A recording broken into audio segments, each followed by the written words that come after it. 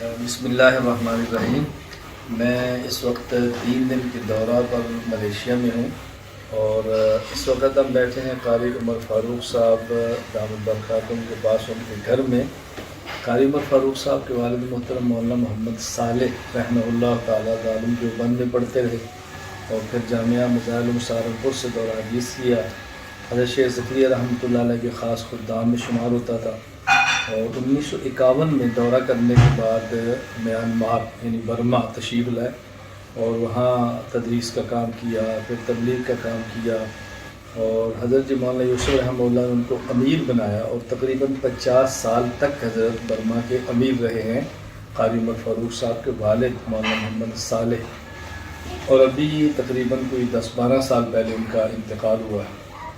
تو یوں سمجھیں کہ انہوں نے تقریباً کوئی 62-63 سال کام کیا ہے تدریس کے علاوہ تبلیغ کا بھی، اور خود قاری عمر فاروق صاحب تقریباً 40 سال سے اس وقت یہاں ملیشیا میں تشریف فرما ہے۔ وفاق الحفاظ کے نام پہ آپ نے ایک وفاق بنایا ہے اور قاری صاحب کے پاس پڑھ کر تو وہ جو لوگ کام کر رہے ہیں قرہ حفاظ تقریباً 100 سے زائد ہم نے مدارس بنائے ہیں، تو اللہ تعالیٰ بہت کام دے رہا ہے۔ قاری عمر فاروق صاحب دامت برکاتہم میرا بہت اچھا تعلق ہے، مجھ سے بیعت بھی ہیں، میرے مجاز بھی ہیں، اور میں جب بھی ملیشیا آتا ہوں تو باوجود اس کے کہ عمر میں مجھ سے بہت بڑے ہیں لیکن بہت زیادہ خدمت کرتے ہیں۔ اس دفعہ میں نے قصداً ان کے بیٹے قاری طلحہ موجود ہیں، بہت اچھا کام کر رہے ہیں، مجھ سے بیعت بھی ہیں،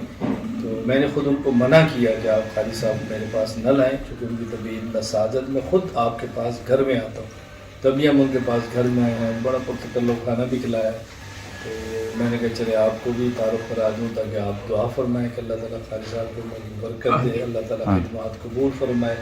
اور اللہ تعالیٰ ہم سب کو مرتے دم تک قرآن کریم کی، حدیث پاک کی، فقہ کی، عقائد کی